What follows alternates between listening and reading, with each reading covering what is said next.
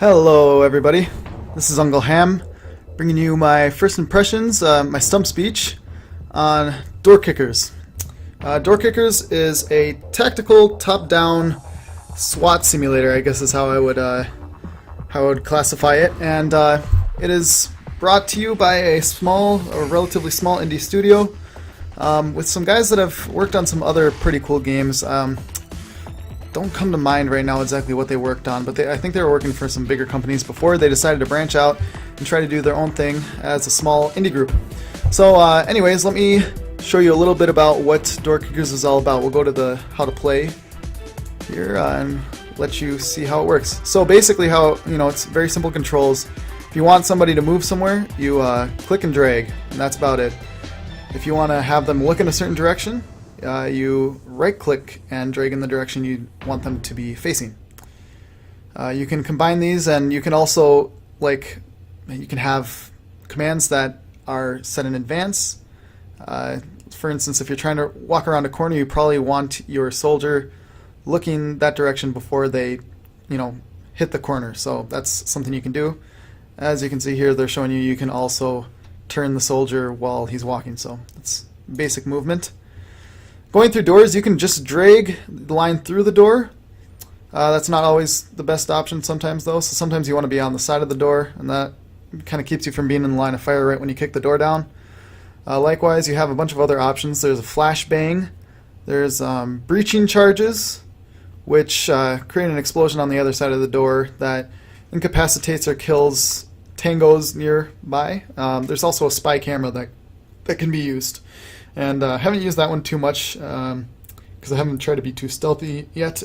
Being stealthy in this game is very difficult, but it's doable. I just don't have the stealth class unlocked yet, and it becomes a lot harder to do that if you don't have that stealth class. So yeah.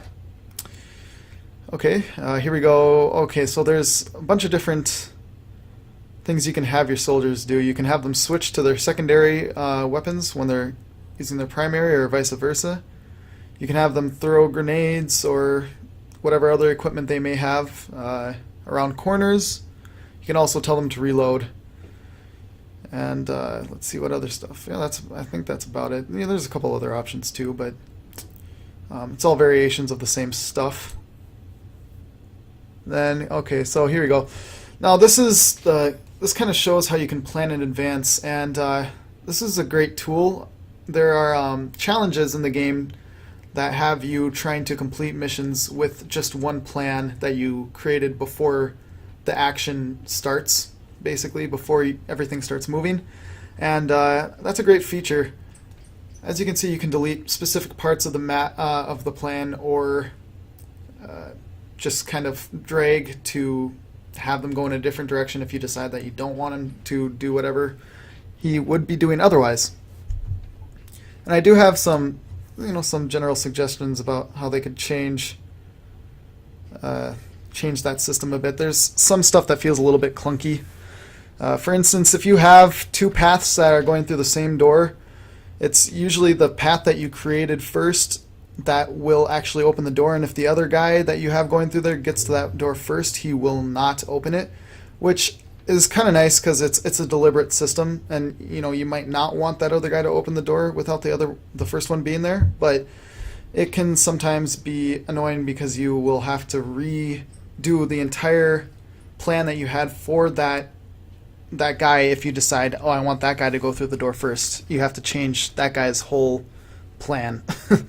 So past that point, and there's no way to fix something that you feel like you did wrong in the middle of a plan without having to redo the entire rest of the plan for that trooper.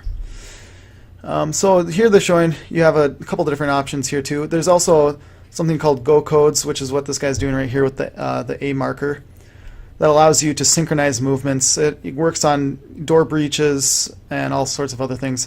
What this guy's doing is a wait for clear ability, I guess you'd call it.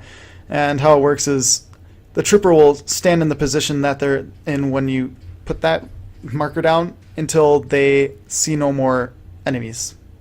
And then they'll continue on their plan, on their path. So yeah, that's the basics. Cover is pretty cool. yeah, as it says, reduces or stops 50% of incoming bullets. I haven't found that I've been able to utilize that too well in a lot of the maps I've played so far. That might just be because I'm a bad player, though. But yeah, there's that. And of course, you know, with all sort of SWAT type of games, you got to be able to retrieve evidence, defuse bombs, and arrest enemies, rescue hostages. Yes, standard fare. So, what are the options here? Well, first we'll take a look at the options menu. It's pretty bare bones. There's not too many keys, and you cannot, it appears, rebind them. So that's kind of a bummer. There's some basic stuff here. I turned on colored paths. That is not turned on by default, but it really helps when you have more than 4 troopers and you're trying to make plans for them in advance, and it can be really confusing if all of their paths are white. It's very hard to tell which one is which. So having them be different colors is very useful. You got the audio settings over here, very basic as well, and the video settings also very basic. Not really much choice here in terms of turning, textures down and all that kind of stuff. So a little bit underwhelming, but the game runs well. It seems pretty well optimized. You also down here have the editor, which I opened, and it seems like you can make pretty much any level that you can find in the campaign or the single missions that the developers made. So that it seems like a pretty robust tool, and I like that. Then you have mod integration, and there's already a couple mods out. I haven't really tried them yet. I think a lot of them are kind of gun packs and that sort of thing. But yeah, so that's a nice thing to have the developers actually supporting the modding community. It's always a nice thing to see. Besides that, you've got replays, which are great. You can save replays whenever you have a plan that you made for a map and you thought, oh wow, that was a really good plan and it worked out real well. You can save the replay. You can watch it again later. So that's nice. And the replay tool is pretty nice. You can go through it faster or slower if you want to get to a specific part more quickly and stuff like that. The campaign, there are 3 campaigns at the moment, and there's a download section. I'm not exactly sure what's going to be here in the future, but there may be more campaigns that you can download, or maybe people's custom campaigns. I'm not quite sure. I did the first campaign. It's fun.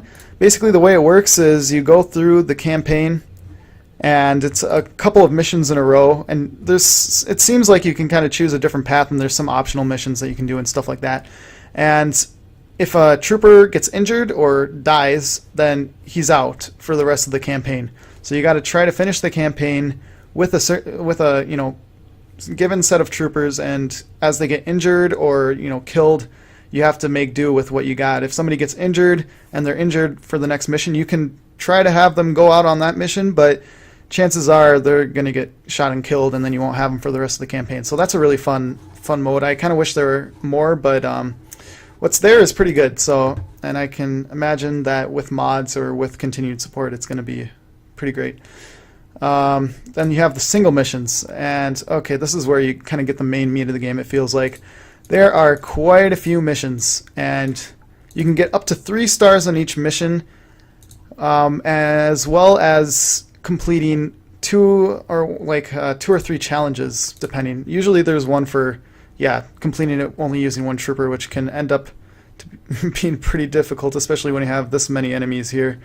But that's a lot of fun. It's been fun to try to complete those challenges, and getting 3 stars on some of the missions is actually kind of difficult. You have to make sure all your troopers survive. You have to complete it within a certain amount of time, and it can be pretty difficult. There's a couple of different mission types here. It starts out with mostly just kill the bad guys, moves on to some hostage situations, and you start getting into some bomb defusal and all sorts of other weird stuff. But you also have the mission generator, and this is pretty awesome. You get to choose a random seed, which is kind of nice. So I don't know, if you really want to mess around with the random seed, you can do that. And then you can generate random missions that you can send your guys on, and that's a real fun way to just go and play a couple matches. You also have downloads here and your own creations. Obviously I haven't done anything with those yet, but the way the upgrade system works is, and that's what I kind of want to talk about now, is these stars that you get, and I think it's only, from my experience, you can only get these stars, the currency, from these official missions and the campaigns. And you can, you get graded by stars on the generated missions as well, but I don't think they carry over into the progression system in the game. So the progression system has two parts. Number one, there's the doctrine tree, and this is basically a skill tree. It's pretty basic. You've got stuff like, improved accuracy and aiming speed, having your guys automatically switch weapons when they run out of ammo, so you don't have to tell them to do it, and some other stuff like using pistols at point blank range and all that kind of good stuff. So they're good upgrades, but as you can see, I'm about 5 hours in here, and I am getting pretty close. In a couple more levels, I'll have the whole thing maxed out. So it's a little bit underwhelming to only have this many skills, and it would be kind of nice if you were forced to choose. I assume that I'll end up with enough points to fill out the whole tree, but it would have been nice if it was kind of more of a style choice instead of just I'm going to unlock and choosing in which order I unlock these. Also, I can reset this at any time and just redistribute all the points that I've accumulated so far.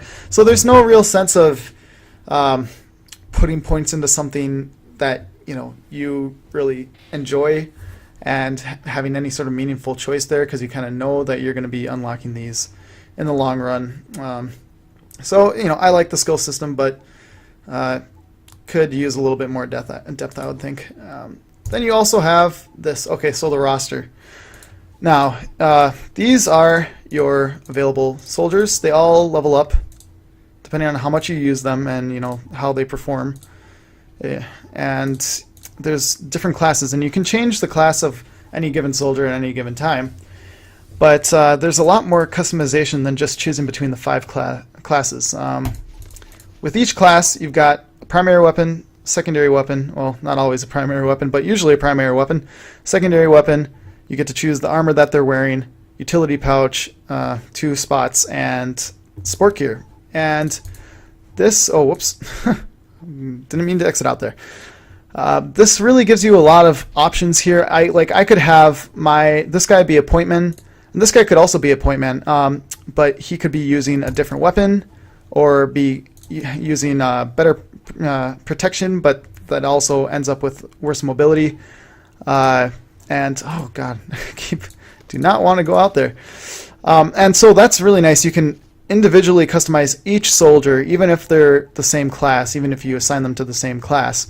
And there's a lot of different options here. There's a lot of different pistols, as you can see. There's a lot of different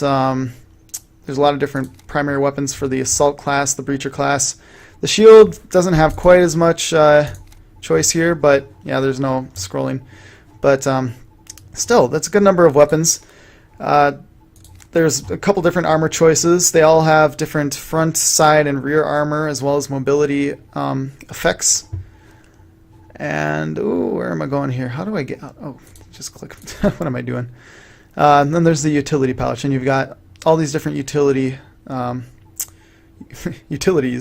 that you can use. So there's, standard grenade, flashbang, breaching charge, lockpick machine makes, picking locks a lot quicker, and taser, which I have not really found any reason to use. I guess if you really want to try to clear stages without killing anybody, you could do that.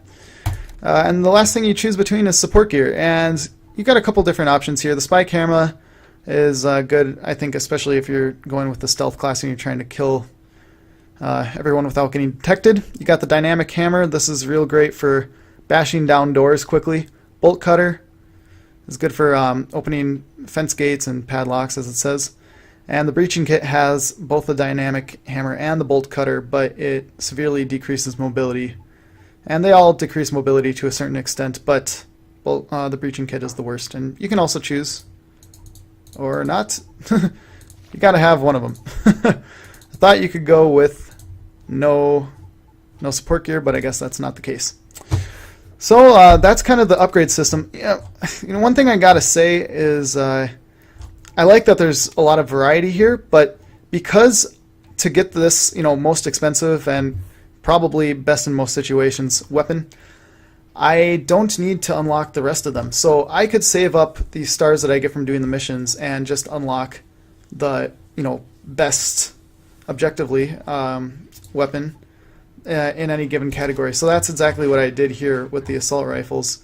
You know, I started off with this basic one, and I just accumulated points very quickly when I first started playing the game, and this was about, I think this was 40 stars. And I just decided, you know what, why should I even unlock any of these right now? I'll just go for the top of the line. And so I've got that, and this is basically a top of the line pistol. These two are the best. And yeah, I have those already. With the vest, it's not quite as cut and dry. There's benefits and you know, drawbacks to each of these vests, so you kind of have a reason to unlock all of those. But it's a little disappointing that you can just get the best in class of a certain weapon type without having to go through the rest of them. I know that I'll probably want to unlock them at some point and mess around with them, but at the same time I want to make sure I'm getting 3 stars on all my missions, so it's kind of best to use, you know, the best I can afford. And so that's about it for the customization. Yeah, it's very simple, but in practice, when you're doing a mission, it's pretty. There's a lot of options. So I'll just do this this basic mission here. This is probably going to be pretty easy, but I'll just go through it real quick to show you guys exactly how the game plays. Let's do this. And oh, do I not even get to? What did I do here? Usually I get to choose. Nope, not in this one. Okay. In the later maps, I get to choose if I want to customize my soldiers. So right now they only have pistols, but in later maps I could go, for instance, with the first guy having a shield and pistol, and the second guy going with an assault rifle. So, and I could do that for, if I have, you know, 5 troopers out there, I could customize each one individually. So you've got a lot of options there, a lot of tactical options. You can do things very differently depending on how you want to play. So here we'll just get going. So I can just start it, and as you can see, I can move guys around in real time. I can, you know, have them throw stuff, but this pauses when I try to throw. But I'm going to pause now, and I'm going to just draw out a quick battle plan for you guys, and you can kind of see how the plan in advance system works. So I'm going to have this guy move up to the corner here, and there's probably some guys in this next room, so I'll have him throw a flashbang. I have this guy move here. He's going to be looking that way. He's going to wait until I tell him to move. I'm going to have him move across. Then he's going to clear. He's going to make sure he's got all the guys that he can see. He's going to move in. After this guy throws his flashbang, I want him to move around. I'm going to have him be pre-aiming over to the right. And yeah, we'll just let this go and we'll see if we get anybody. So I do code 1 and ABC. You can hit the numbers on the keyboard, but you can also hit the the letters on the keyboard. You can also hit the numbers 1, 2, 3 for A, B, and C respectively. So that's a nice feature. There's no doors in these early levels, I forgot as well, so I can't really show you the breaching, but that's alright. It's fairly straightforward. So we'll just have these guys move up, and they've each got 2 flashbangs, so I'm going to kind of be judicious, or not too judicious with them. And I'll have these guys go again. Oh wait, no, I have to have them move around after they do that. Move in here. Make sure nobody's in there. Have them come around the corner here as well. And we'll have him clear on this side. Actually, I'm going to have him go that way. Okay, we'll see if this works. Let him go. Flash out! Flash out! Throw the grenades. Clear on target. Oh, okay, looks like we got, okay. And there we go, we got one. No contact. Probably got one last guy around the corner here. This guy's out of grenades. And I'll have him do this. And I'll control this guy personally. And there you go. Good job. We're done here. So 2 stars. It didn't go. Didn't get it done in the amount of time that would normally be, you know, the time to beat. And as you can see, no SWAT casualties gives me a star.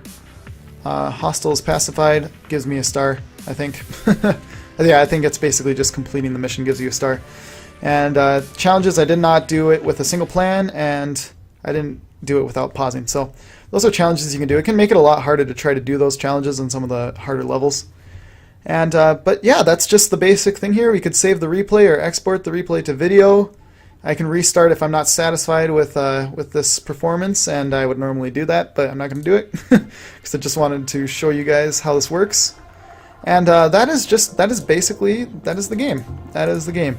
You know, there's a lot of stuff here if you're into this kind of game and into tactics, into, you know, SWAT kind of movies and video games. And I'm sure that with mod support and, you know, with even just the random mission generator, you're going to have plenty of stuff to do here. And, you know, making your own levels would probably be pretty great as well. So, yeah, great game. I'm enjoying it a lot. My first impressions are really fun. I would definitely recommend this game to anybody who thinks this would be an interesting play. It's $20 right now on Humble Bundle and Steam. You can also buy it from, you know, the guy's website. And you know, it's $20, you know, in today's PC game market may seem like a little bit pricey for this kind of game, but it's an indie game studio. I'm sure it's going to be on sale, so you can wait for that if you want to. And I would just say, if this seems like your kind of game, go out and buy it. $20 is still not that expensive compared to, you know, if you're trying to play games on an Xbox or a PS3, any of the consoles. So, you know, I would say support these guys. This is their first game, I believe. It's a great effort. It plays well. There's a little bit of some, you know, kind of gimmicky stuff with the path creating. There's some things that I wish could be a little bit different, but what I do see is that even though there's some things that kind of annoy me, like with, you know, deciding who goes through the door first, it's very deliberate. So, you know, if you know the system well, your plan will work out how you want it to work out. So it's not just kind of a random, you know, crapshoot. There's a system, you just got to learn it. Once you learn it, it's a great and fun game. There's a lot of tactics, a lot of good game to be had here. You can go through levels a bunch of different ways. You can try to go in guns blazing. You could try to go in, you know, stealthy and have the enemy not even shoot a single shot. So, yeah, this is my first impressions. I hope you guys enjoyed it. Go out and buy the game if you think it's going to be good. Leave a like if you like the video, and subscribe if you have not done so and you are interested in seeing further videos of this type. Yes, alright. Thanks, guys. Have a good one. Take care.